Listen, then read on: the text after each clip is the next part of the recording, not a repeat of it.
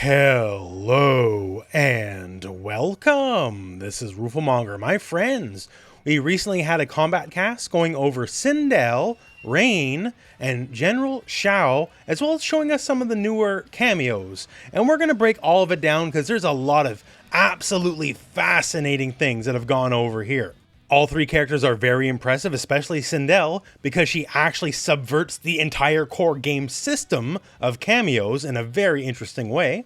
And, well, hey, let's talk about it. Let's start with Sindel. I'll timestamp everything for you so you can skip ahead to what makes sense to you. But let's start with Sindel. So first off here, if you're looking at some of these normals, yes, this is forward 4, and that is a mid, by the way. This appears to be her back 4, her sweep, and has very respectable range. So looks to be a strong neutral poke, and off some of the other moves we've seen, she seems to have a very strong neutral presence.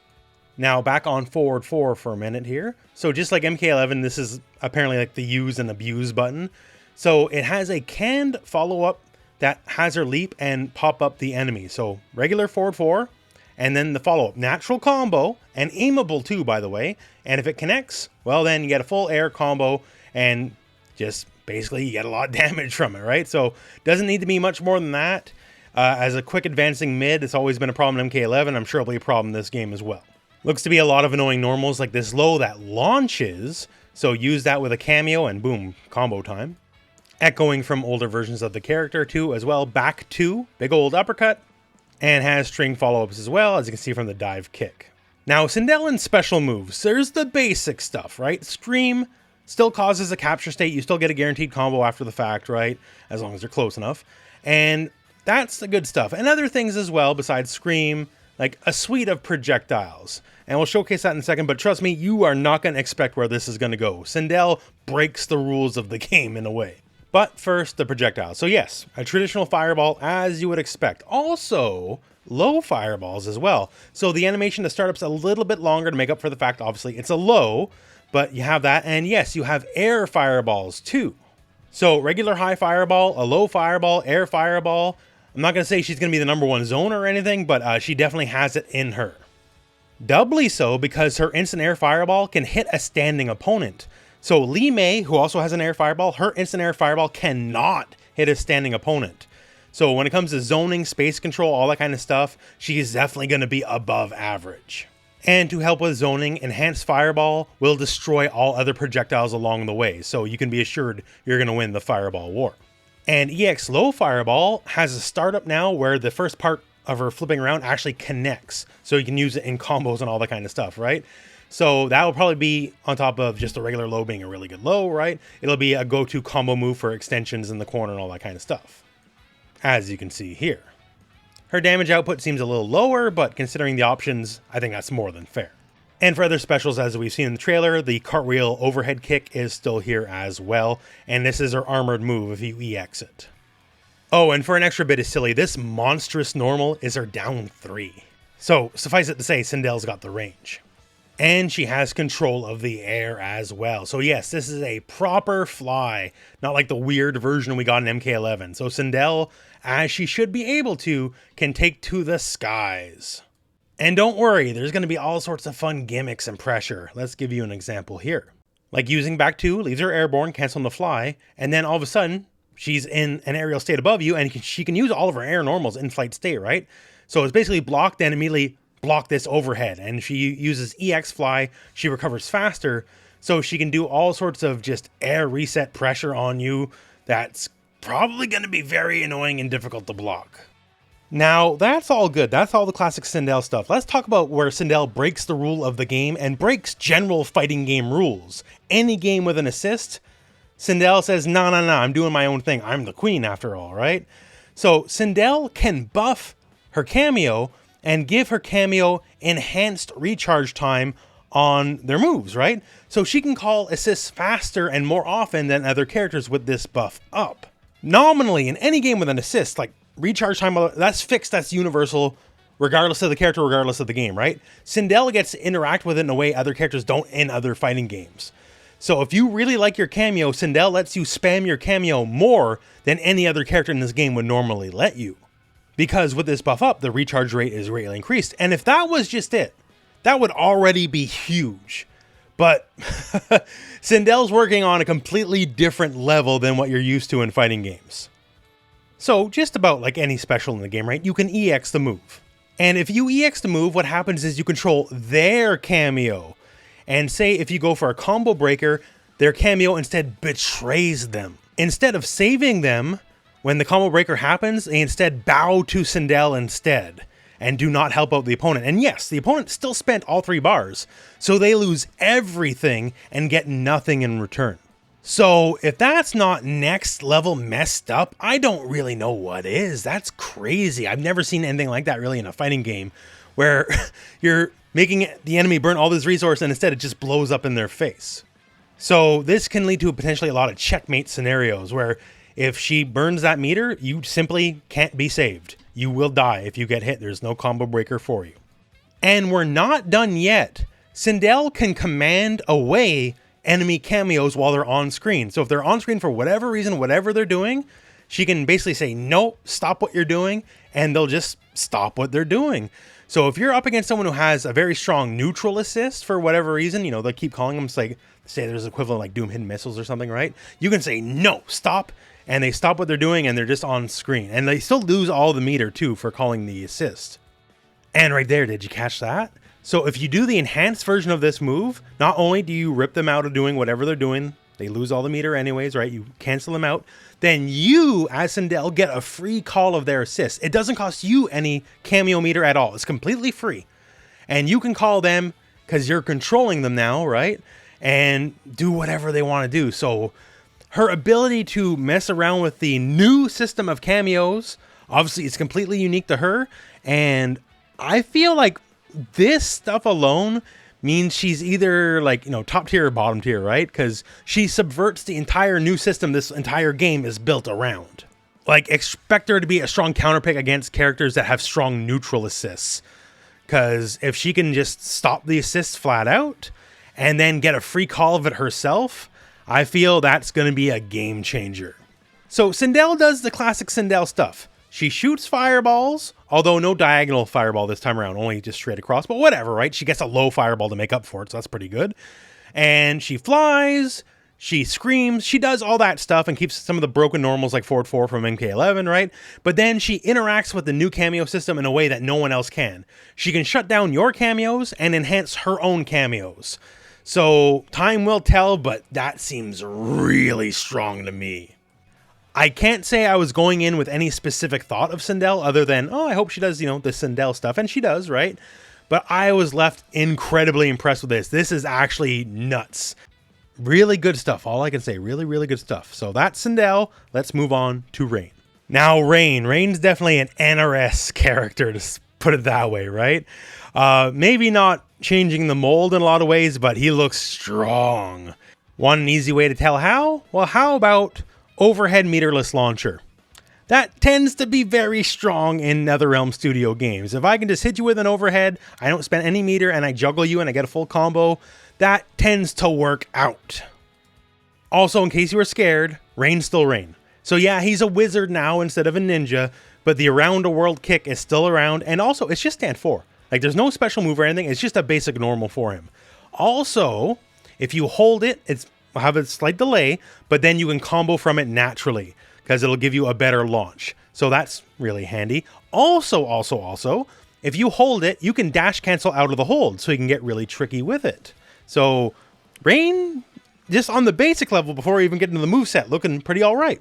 So Rain in this game is both zoner and counter zoner. So on a base level, projectile, quick enough, seems, as they were explaining on the Kombat Kast, almost more like a beam, so apparently it's kind of active a lot of the way through, so the animation is pretty big.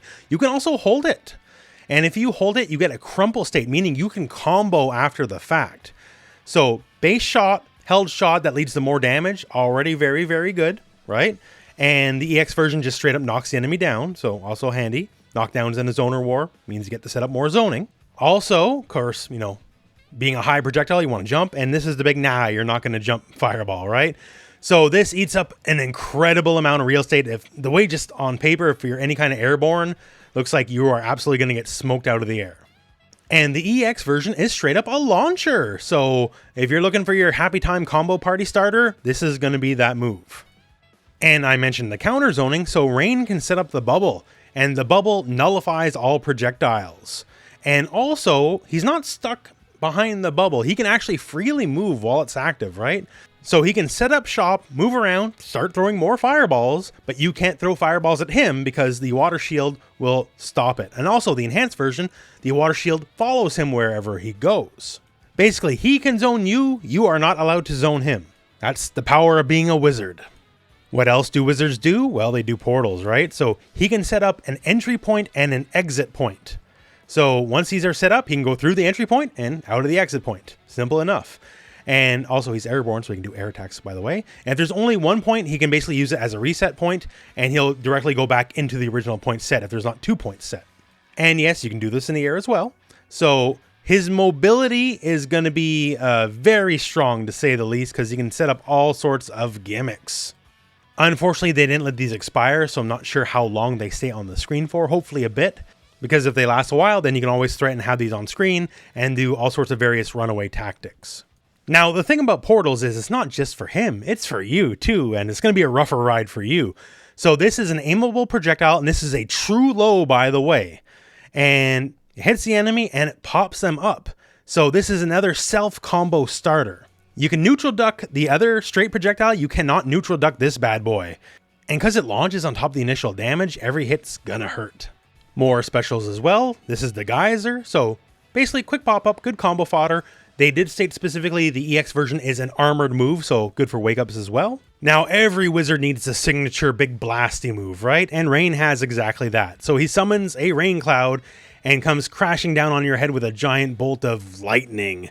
And this is also a mid, by the way, so no neutral ducking this. The threat of the base projectile wants you to neutral duck, and then he has multiple ways to punish you for neutral ducking. And he can also hold it. He can freely cancel out of the startup and not do anything and then go for whatever mix, right? So this is some very, very tricky stuff. Multiple layers of projectiles, a high, a mid, and a low. We have enhanced movement thanks to his teleports, and a very easy counter zoning setup that basically shuts down all zoning offense very easily. So he's not necessarily revolutionary like Sindel is in changing how the game works, but let me tell you, NRS knows a thing or two about zoners over the years, and he's got all the tools to make everything work. And once again, too, overhead meteorless launcher, right? That's bananas. Rain's got all the tools to make stuff work. And also a strong case for cameos, not for him, but against him. Because I bet you're going to want to pick the Sub-Zero or Motaro cameos to get around his BS, because looks like he's got a lot of BS. Now on to General Shao. So we've had two characters that are tricky in a lot of ways, and you'd think, okay, well, he's the mindless brute, and he's actually somewhat tricky in his own way as well. And don't worry, he's still a brute, right? Like this move you're seeing right here, right? This is a plus on block meterless launcher. So he's got the good kind of stupid, because you'd think a launcher should be punishable, but nah, for Shao, it's plus on block, right? But he's a soft stance character. You know, not quite Gen from Street Fighter or anything, right? But the axe is the name of the game. Normally, he holds the axe and thus can use the axe in all sorts of normals and specials. Or he can spend the axe and then the axe is on the ground. And when it's on the ground, his moveset changes. Any normal that uses an axe is a different kind of normal, and he also gains other kinds of moves. Now, you can recall the axe whenever you want, and also it will eventually come back to you. It is a timed thing, so it's not a permanent stance switch, but things are different whether or not you're holding the axe or if the axe is on the ground. It can be something basic, like his back throw changes whether or not he is holding the axe. This one's a bit more cosmetic, right? But still, it's there. Now, let's show you something that's not cosmetic.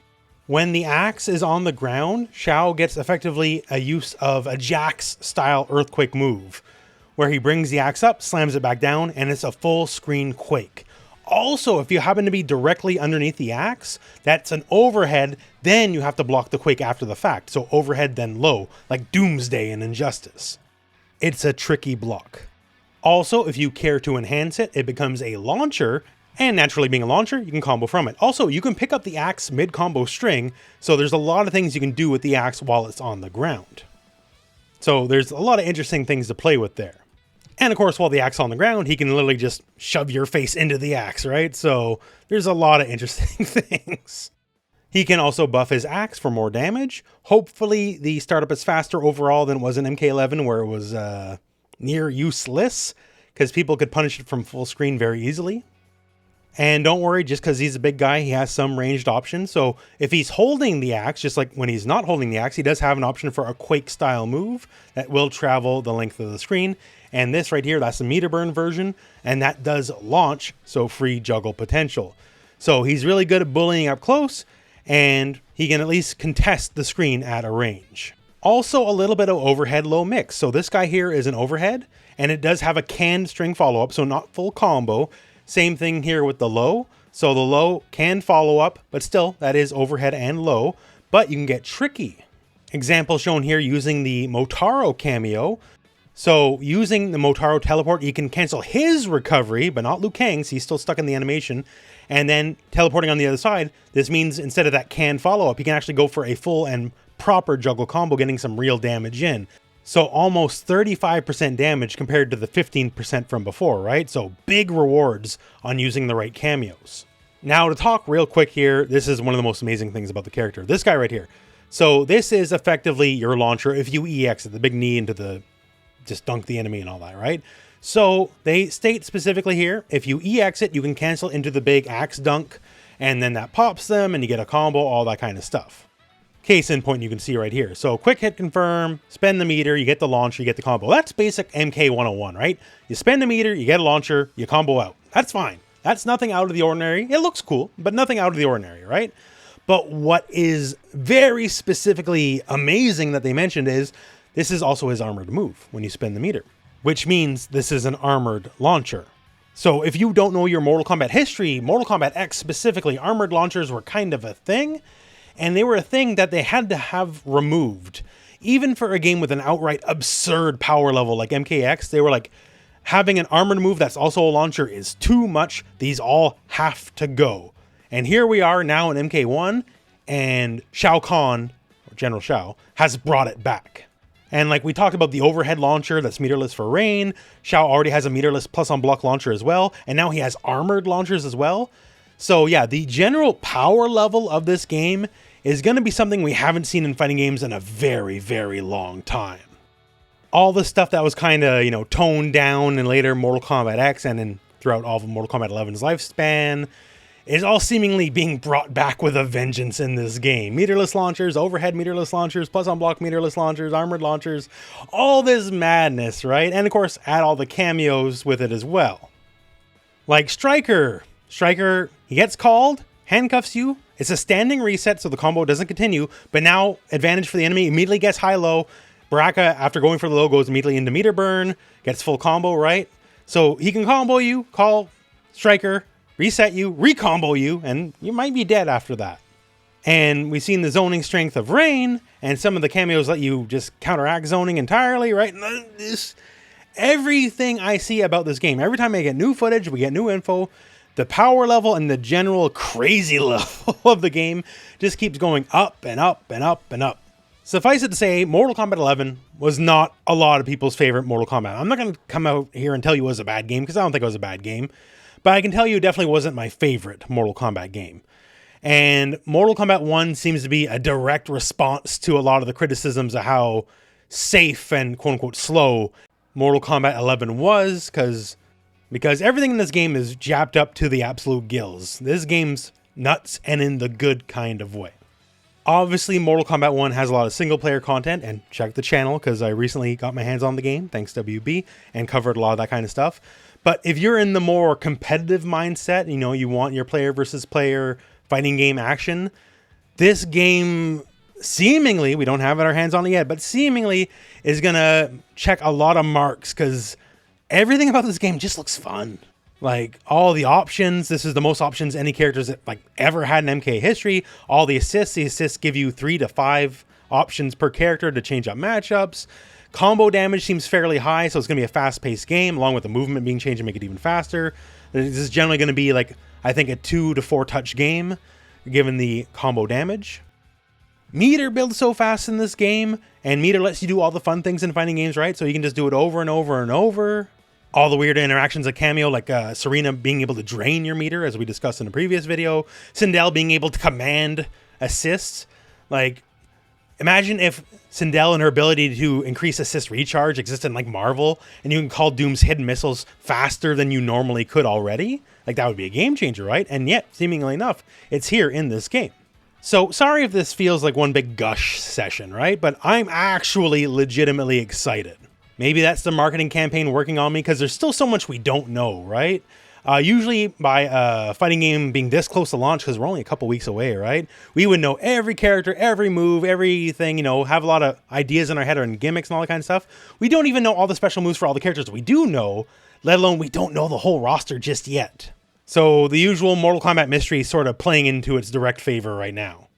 But yeah, anyways, that's it for me right now. So thank you very, very much for watching. Hope this video has found you well, and go out and play some Mortal Kombat.